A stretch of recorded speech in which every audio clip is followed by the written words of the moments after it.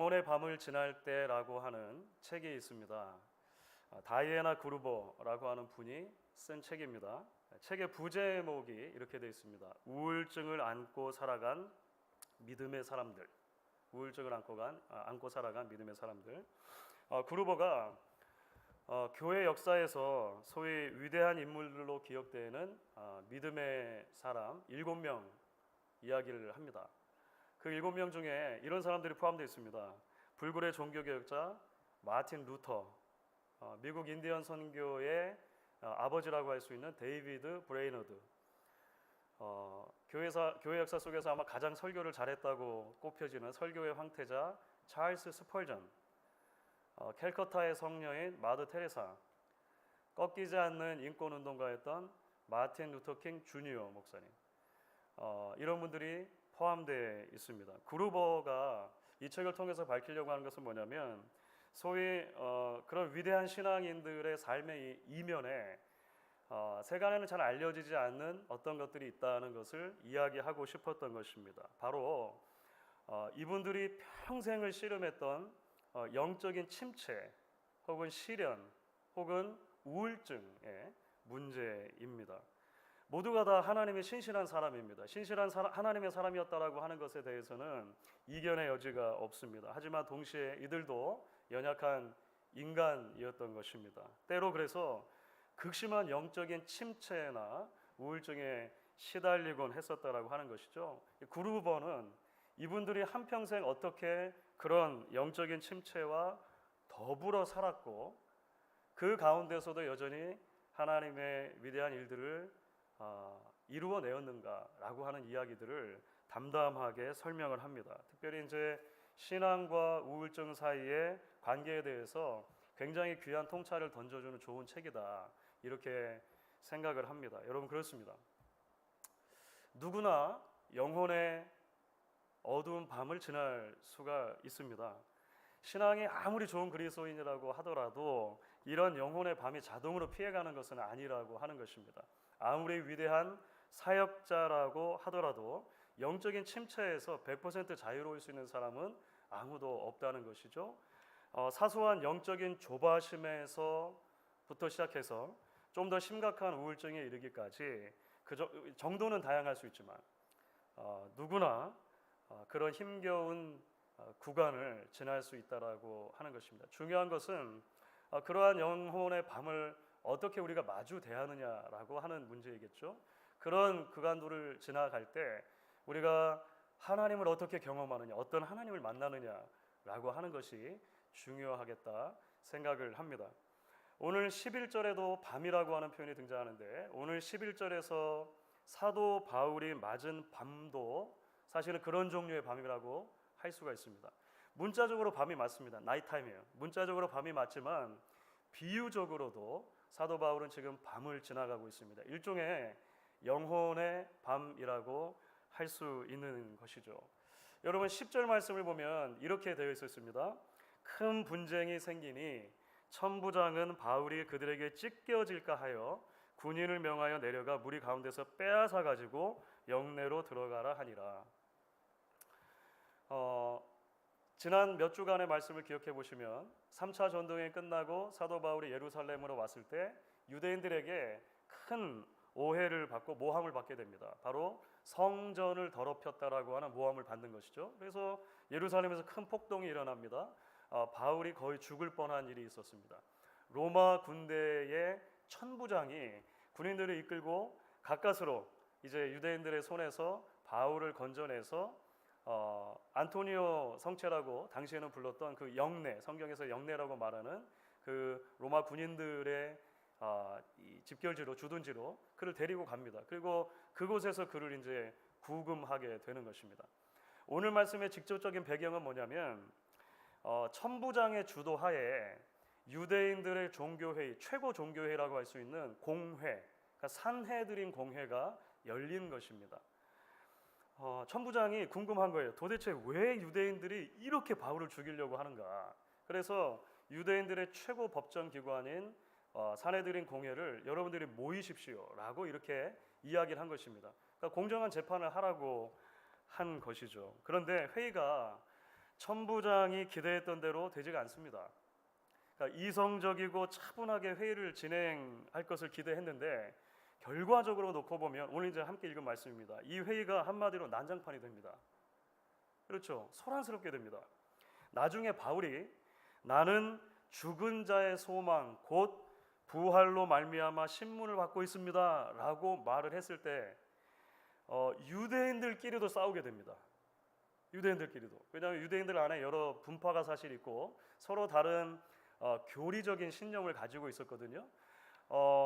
부활을 믿는 바리새파, 부활을 믿지 않는 사두개파가 이 법정에서 바울을 재판하라고 했는데 자기들끼리 그래서 이제 소란이 일어나게 되는 것이죠.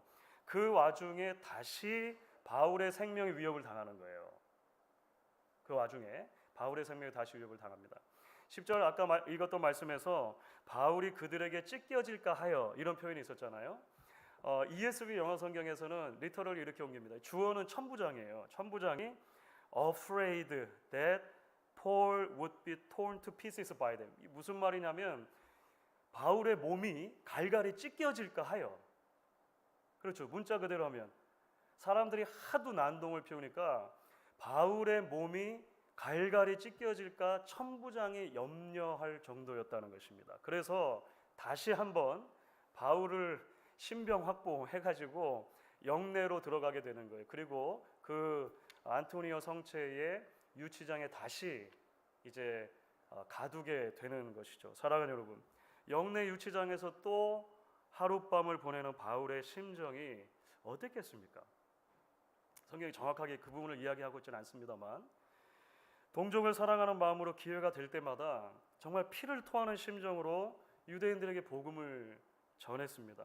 하지만 그야말로 계란으로 바위를 치는 격이었죠. 올바른 복음을 전할 때마다 되돌려받는 미움의 강도가 커집니다. 폭력의 수위도 더 높아집니다. 말로만 위협하는 게 아니라 그 몸을 갈기갈기 찢어 놓을 정도로 그런 시도들이 계속되는 것이죠. 이런 말씀드린 영혼의 밤을 지날 때라고 하는 책에서 가장 먼저 소개되는 인물이 마틴 루터입니다. 종교개혁자 마틴 루터입니다. 그런데요, 마틴 루터도 보면 오늘 말씀 가운데 바울이 당했던 그런 상황과 굉장히 비슷한 처지에 놓였던 적이 있습니다. 1517년 10월 달에 이제 마틴 루터가 당시 교회가 면죄부를 돈을 받고 팔았던 것에 질문을 제기합니다. 그게 소위 말하는 95개조 방반문인 것입니다. 사실 이것은 비판을 위한 비판이 아니었습니다.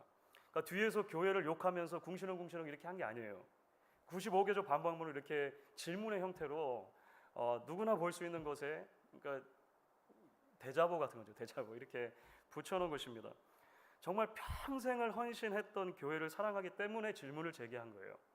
피를 토하는 심정으로 진리를 외치면서 그 교회가 하나님의 말씀으로 다시 돌아오기를, 회복되어지기를 그렇게 원했던 것이죠. 여러분, 그런데 돌아온 결과가 참담했습니다.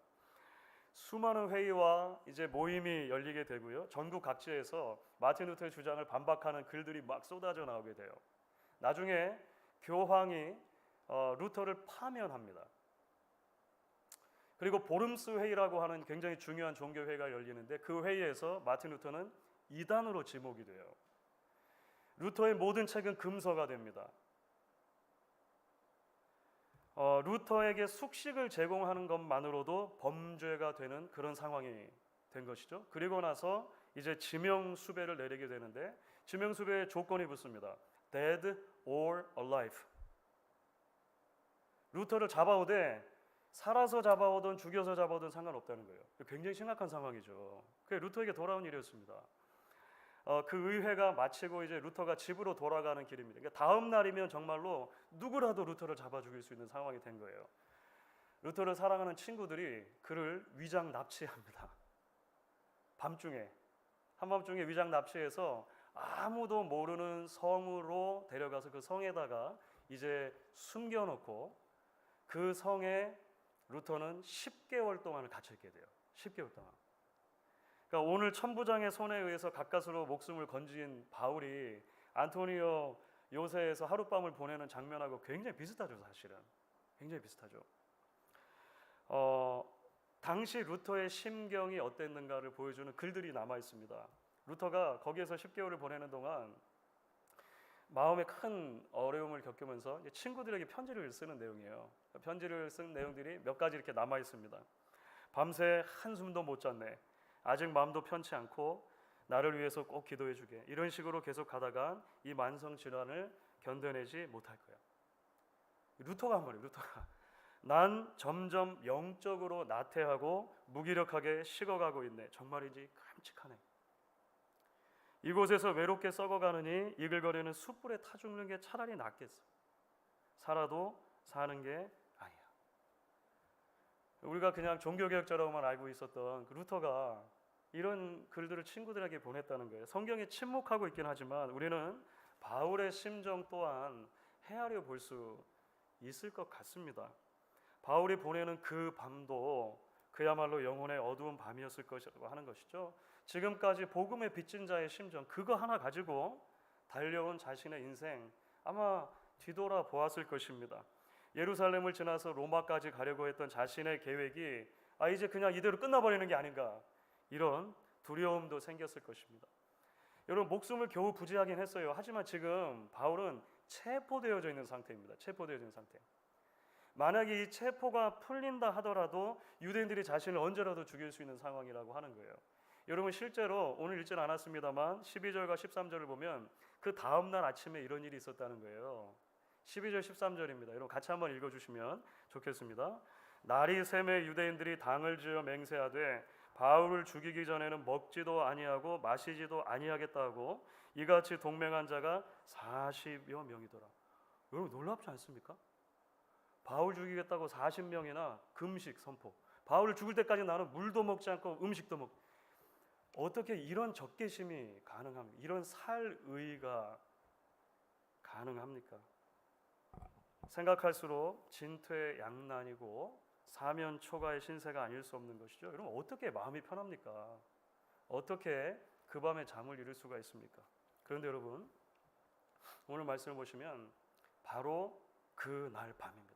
그날 밤, 바로 그 어두운 순간입니다. 예수님이 바울에게 나타나십니다. 그리고 그를 위로해 주십니다. 그 말씀이 11절 말씀이죠. 같이 한번 11절을 읽어보도록 하겠습니다. 그날 밤에 주께서 바울 곁에 서서 이르시되 담대하라.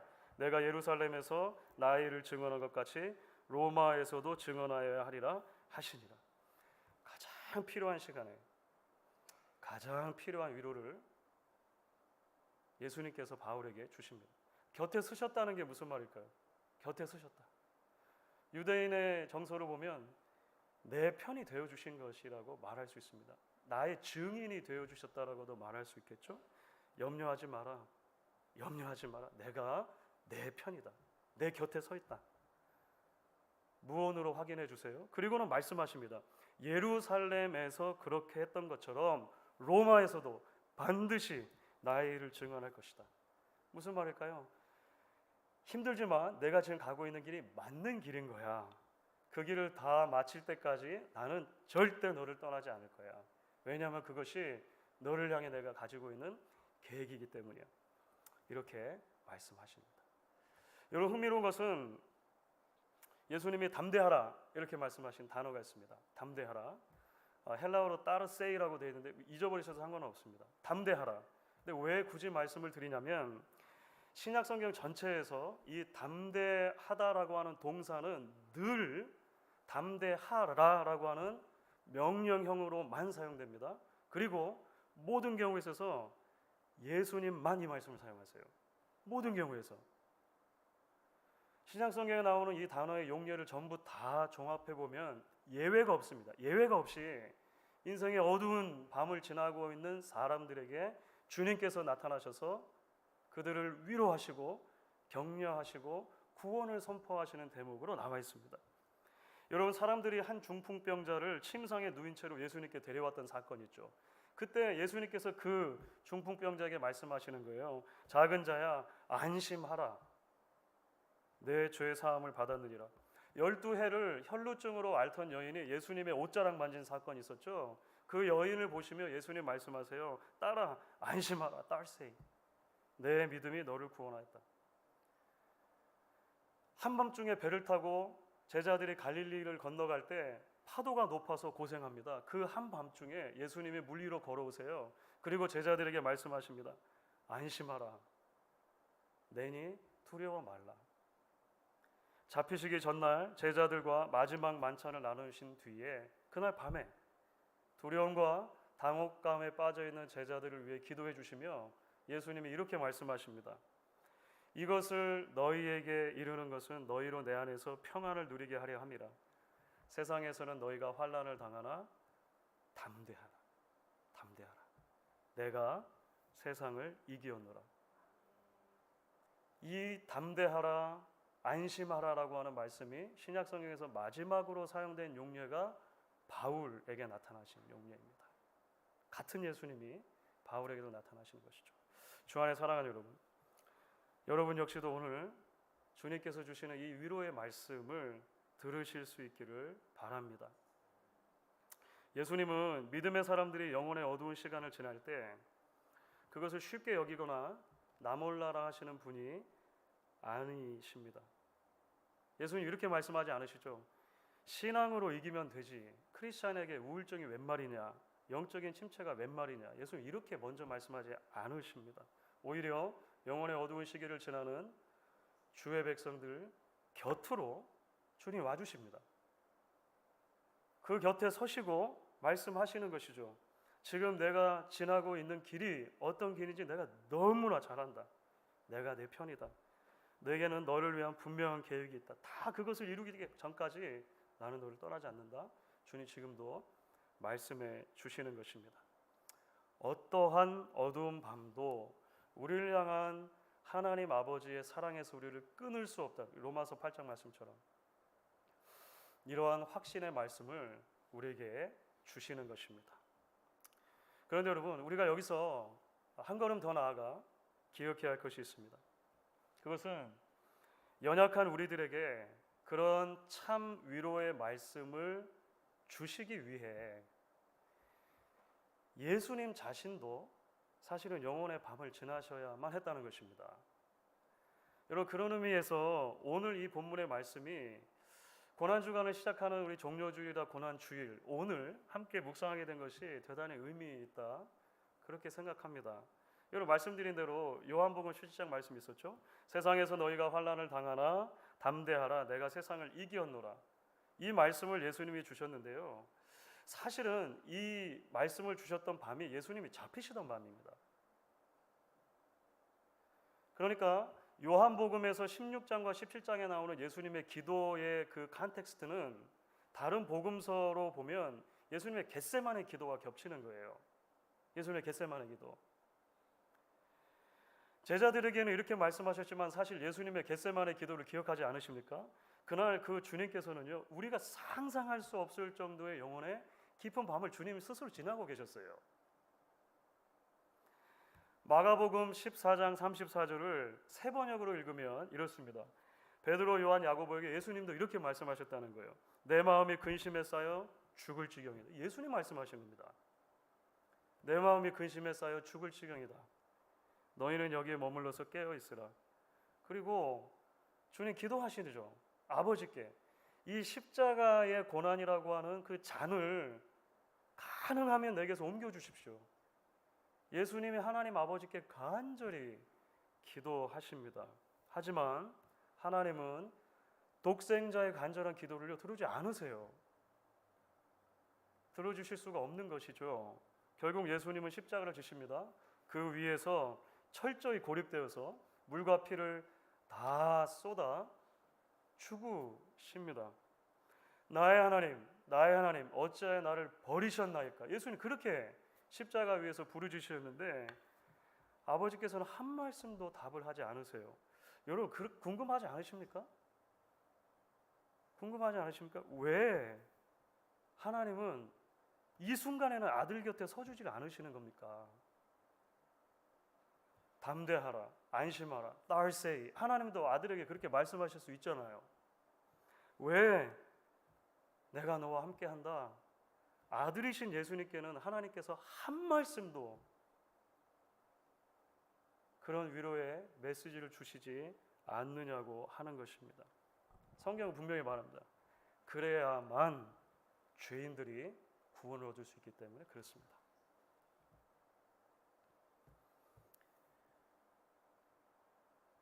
죄의 저주인 죽음을 아들이 반드시 당하셔야만 그 죄의 저주로부터 저와 여러분이 해방받을 수 있기 때문에 그런 것입니다. 그 죽음을 이기시고 아들이 반드시 부활하셔야만 죄인인 저와 여러분에게도 부활의 약속, 영생의 약속, 참 생명의 약속이 주어지기 때문에 그렇습니다. 그렇기 때문에 사랑하는 여러분, 오늘 말씀은 고난주간을 앞둔 우리에게 그 고난의 주님을 바라보라고 초대하는 거예요. 주님의 십자가를 기억하고 주님의 부활을 소망하라고 초대하는 것입니다. 그렇게 할 때 여러분, 우리가 지나는 영혼의 어두운 밤을 절대화하지 않을 수 있습니다. 우리의 고난을 사유화하지 않을 수 있습니다. 우리가 힘든 시기를 지날 때 자기 연민에만 빠져서 거기서 멈추지 않을 수 있는 것이죠. 여러분, 말씀드렸던 영혼의 밤을 지날 때라고 하는 책에 루터가 이제 그 한성에 갇혀서 거의 10개월 있었다고 그랬잖아요. 사실 그 10개월 동안은 정말 롤러코스터와 같은 시간입니다. 물론 그 이후에도 마찬가지지만 루터는 계속해서 이제 영혼의 침체를 겪기도 하고 그 와중에 책을 쓰기도 하고 그 와중에